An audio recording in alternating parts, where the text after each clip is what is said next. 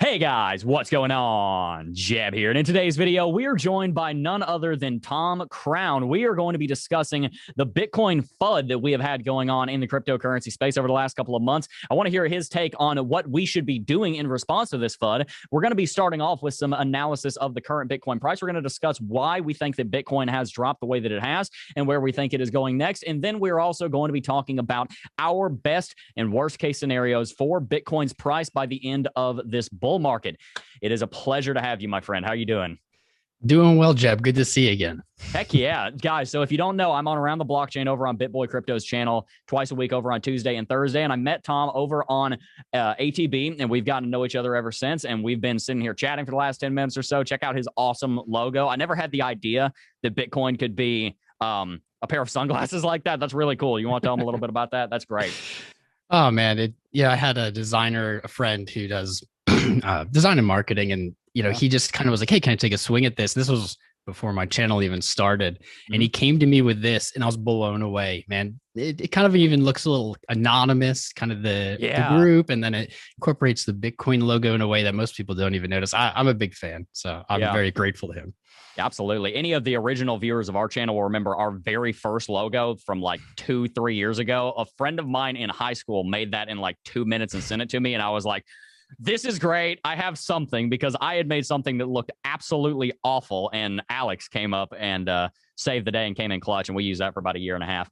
But yeah, so Tom, I want to hear your take on why do you think that we've been trading sideways here over the last couple of weeks? Why do you think we've dropped so much? Where do you see us going over the next couple of weeks? Are we going to have a hard bounce here at $30,000 and start rallying back up towards that 60 level in the next couple of months? Do you see a drop down into the mid 20s? What's your take on the current price action here in crypto? Yeah, I mean, that's the question everyone's asking. Yeah. We all have an answer. What I see happening here, maybe the market definitely got overheated. A lot of you guys out there, if you were in crypto in 2020, the thought of hitting 65,000, that was just out of the question. We were looking for 20 again. People were saying we'll never hit 20 again. I think maybe the market just got a little too heated too quickly.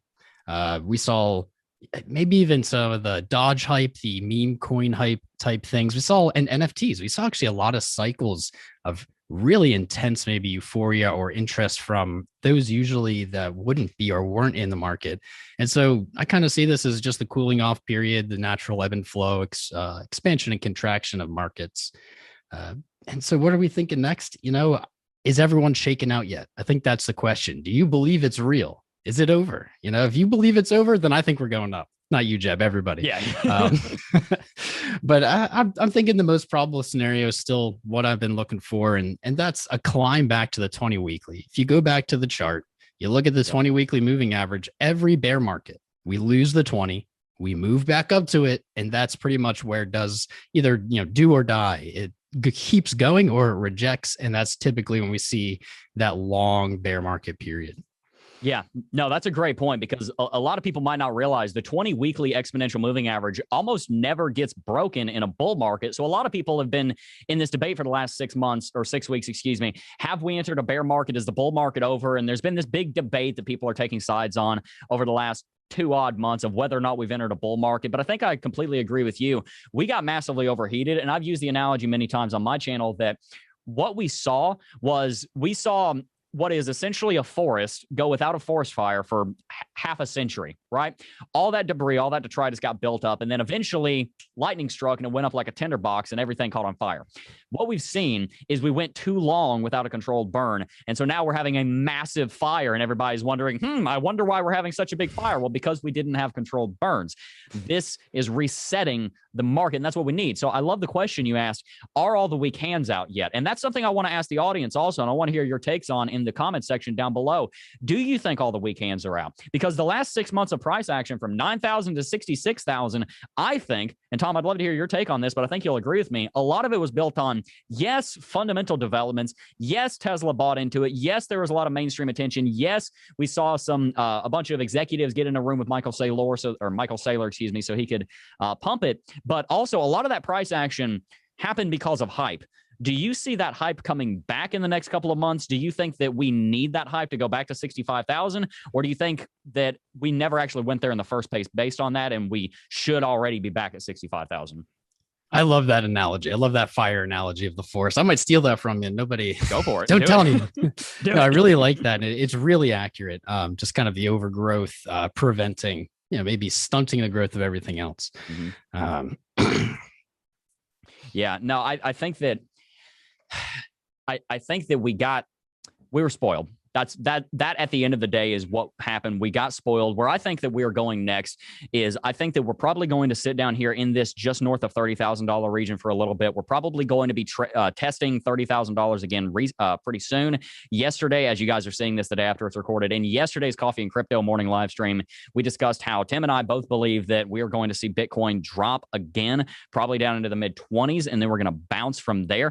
That's personally what I think. But as Tom was saying, I really want to see us get back above that 20 weekly exponential moving average. And I really want to see us start moving to the upside, not based necessarily on hype, but based instead on strong fundamentals and hodlers. That being said, I also want to talk to you a little bit about all the Bitcoin FUD that we've seen lately. And unfortunately, crypto has gotten big enough that it kind of has its own air of politics. So I don't really want to go in the direction of like pointing fingers and saying, oh, Elon Musk did it, or oh, Michael Saylor did it, or oh, Charles Hoskinson or someone did it. But I would love to hear your thoughts on how big of an impact do you think that FUD played in this massive correction that we've seen over the last 2 months? And how should we as traders and investors go about internalizing that FUD and making sure that it doesn't necessarily freak us out? What are your thoughts on that, Tom? Yeah, I think this lines up a lot with what we were just talking about. Hype and FUD, two sides of a coin. Yep. They really seemingly are tools. And I'm not really saying someone's using these tools. Maybe it's just the market's natural kind of expression. Hype, I would kind of answer that question you asked before as well, is do we need the hype? Typically, at the lowest points of reversal in a bear market, there's no hype. There was no hype at 3,100 in 2018. There's no hype in March 2020, yet we climbed anyway. What we really find is hype follows the price and FUD follows the price back down. I really don't think either of them are that important. I think maybe they're akin to a multiplier. A market's moving a direction, you hype, and it kind of, maybe it allows it to continue a little farther than it would. I don't like to use the word naturally, but pushes it a little farther along, and price reverses, starts falling. And FUD really does the same thing in the other direction. It's just a catalyst, or not a catalyst. It's almost like it puts the market on leverage.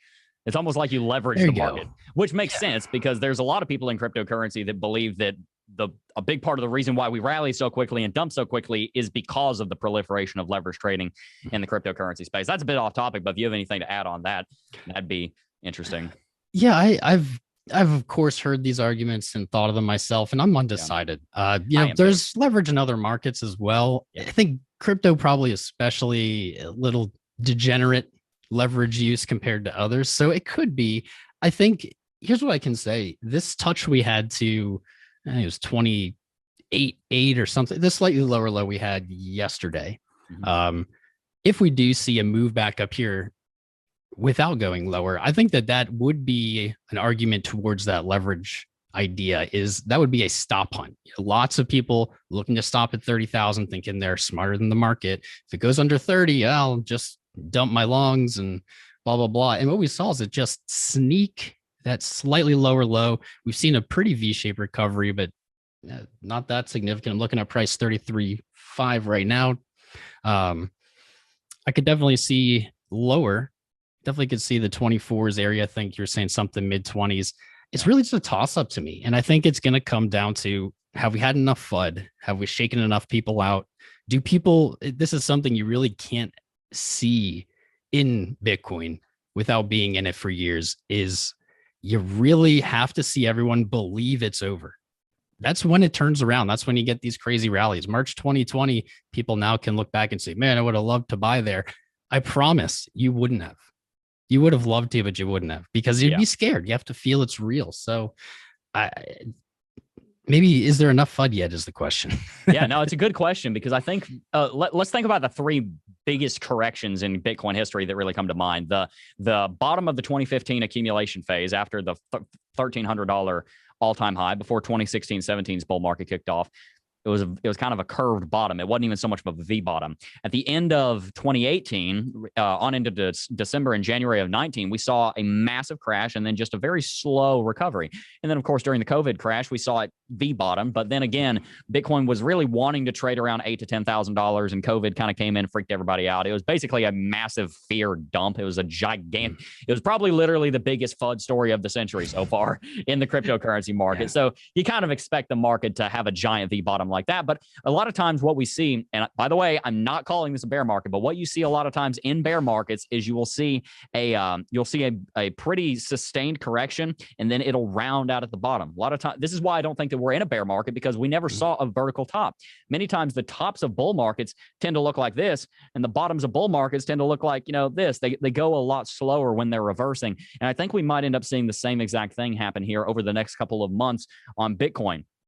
As people get bored and as the FUDsters continue to leave, then people will start to forget about the FUD that put us down here. They'll remember, oh, wait a second, $30,000 is actually a pretty solid buy opportunity compared to what we did in Q2. So maybe I should buy some. And then I think we're going to start slowly moving to the upside. And I think that's a great thing, because that gives even more time for the institutions to start getting in the space. I believe it was Contrarian dude who I was talking to. He was talking about how a massive number of institutions and organizations and companies, they're getting into crypto, but it takes them time. They can't just get into crypto like that. They're not like us retail. They can't just say, oh, okay, I'm going to open a Coinbase account. I'm going to own 200 grand worth of Bitcoin tomorrow.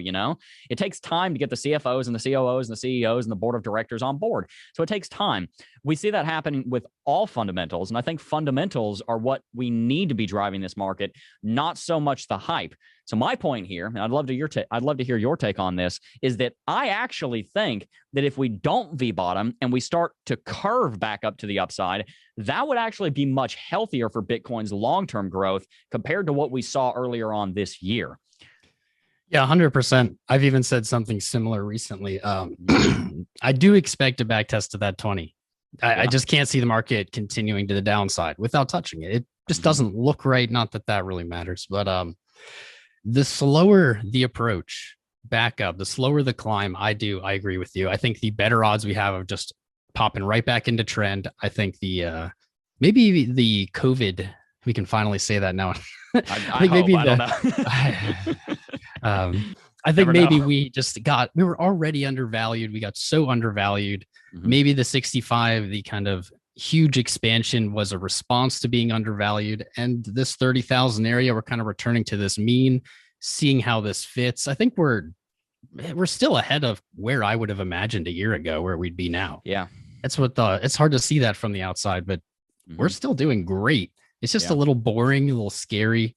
But this is what always happens. This is nothing new, at least in my experience. Absolutely not. No, I've been in the crypto space for almost 4 years now. My first day in crypto was July 31st, 2017. So I'm about to be a 4-year-old in crypto. And I have seen so many rallies, so many corrections. I have seen this all before. For anyone watching this show and you haven't been here that long, which I haven't even been here anywhere near as long as some of the other people I've spoken to on the channel.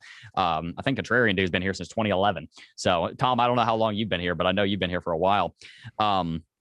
But I think everybody who has veterancy in this space, they'll tell you the exact same thing. Keep your eyes on the prize and your head in the sky, and you're going to be just fine. That's what I always tell people. I want people to understand that Bitcoin is not a short-term play. It's a long-term play, and it's the kind of play that we want to be making for the long run. So real quick, guys, before we head out here, I want to ask Tom what his prediction for the end of this Bitcoin bull market is. Number one, where do you think, or excuse me, how long do you think we'll be in a bull market? How much time do you think we have left before the top? Everybody's talking about a late summer all-time high, or a late summer into the bull market, or going on into 2021. There's a lot, or into 2022. There are a lot of people like me that think we might be starting to break, not totally, but starting to break the bull market, bear market cycle that has shown up throughout the history of Bitcoin and crypto. And also, I'd love to hear your take on what your best case and worst case scenario for Bitcoin's price is by the end of that bull market. Yeah, absolutely. We hear that 4-year cycle just pounded over and over again. And you know what? It was real. It is real, at least as far as we see right now. But that doesn't mean it's going to continue to be real. And if I know one thing about Bitcoin, it's the minute everyone accepts something as truth, it's gone, or it's going the other way or something. So I don't think that it's threatening that maybe we're seeing a changing cycle. That could mean shorter bull runs, but also shorter bear markets, or shorter cycles of not quite as much growth, but not as much loss on the other hand either. And likely that's a healthier condition. I think that institutions, big money, can really take an asset more seriously when it's moving in a waving form like that, as opposed to maybe 3 years of nothing. So best case and worst case scenarios for me. Best case, since nothing in my mind has actually changed yet. I don't believe we're in a bear market yet. I think that when we get to that 20, we'll see what happens, and then we might know by then. But so until I see something that shows me that we are done, I don't think we're done with this market. And so I'm looking for the same targets I have been looking for. Unfortunately, I don't think this one is as confident as it was when I originally made it. I was looking for 100K in July, and that number comes from way far back in some math and charting. And I was looking for the cycle top to be about 366,000. There's no magic behind this. All I did was apply what percent change did we see in the previous cycles from low to high, and then I applied it to 31,000's low in 2018. Easy math. I still believe that's what's going on, but there are some kind of invalidation points along the way that we haven't seen yet. Worst case scenario. Oh, I don't like the worst cases. Worst case scenario. You're right. Is that I think we reject in the worst case from that 20. We see another sell off. And the prices I would be looking for, 24 is definitely on my radar. 20,000, the all-time high previously. For me, that's too clean. I can't imagine a Bitcoin where it just backtests an all-time high and then starts running. And so worst case, I'm looking at there's an untested monthly support at 30 or 13,680. That would probably be the worst case scenario for me. In reality, that's still not even that terrible. That'd be a great opportunity to buy. I'd be a buyer at that price. I don't expect it, but that's pretty much the only other kind of trajectory I see here. Yeah, no, it makes sense. The only other major resistance level, or at the time resistance levels, now support levels on Bitcoin below 20 was 13,800. That was the high in mid 2019. And then 17,000 was the secondary high after the 20,000 high at the very beginning of 2018. I agree with you. It is very possible that Bitcoin goes down there. And I want you guys watching at home to keep that in mind. That can't happen. But guess what? If it does happen, you just got the discount of a lifetime. You basically just got a time machine and got to go back in time. You know, all the people complaining about, oh, if only I had been able to buy Bitcoin at 13 grand. Well, then you get the chance to. So, you know, take the advice of those who wish they had, because you're going to miss out if you don't. I think best case scenario, we're going to see Bitcoin move up into that $250,000 region, up to 366, like you were saying. Worst case scenario, guys, I'm in agreement with Tom. I think it is possible that Bitcoin goes down below $20,000 when we move into a bear market. I think it's possible. I don't think it's happened yet. I don't think it's confirmed, but I do think it is possible. What I think is most likely is over the next couple of months, we're going to be moving sideways, and we're going to continue to kind of curve to the upside. Maybe we should go this way, kind of curve to the upside, moving here throughout the end of summer. We've also seen historically that Q4 tends to be a very, very bullish quarter for Bitcoin and other asset markets. We see that happen in retail also. Everybody is spending money in between Black Friday and New Year's Eve, and that spending jogs the economy. It tends to increase GDP in Q4, and it also tends to increase investment because people tend to be more interested in spending money, if you will. And then Q1, Q2 aren't that bullish, which is why it was interesting that we saw so much bullishness in Q1 of this year. But anyway, guys, that's all we've got time for today. Guys, make sure to check out the description box down below. Crown's channel will be linked down there. My friend, by the way, just so you know, I have had people banging on my door for the last 2 years, or not 2 years, but like the last year plus, saying, you've got to talk to Tom Crown. You've got to talk to Crown Trading. He's so good. And now we've done it. I'm so happy to have you on the channel, man. It was a great conversation. Like I said, everybody go follow him. Tom, if there are any further things you would like to say, any places that we can follow you, let us know. Man, just YouTube at Tom Crown. That's our main place. And Jebb, it was great talking to you. I knew on across the blockchain, I was like, this guy, we get it. We see it the same way. We're both kind of maybe the OG-ish mindset. And yeah, man, it's always great to chat. We'll do this again. We'll have you on my channel. And Absolutely. Heck yeah. Well, guys, that's all we got time for today. Before I go, though, I do just first want to thank each and every single last one of you for watching, as always. And I will see you guys in the next video. Peace. Oh, I got a real good feeling.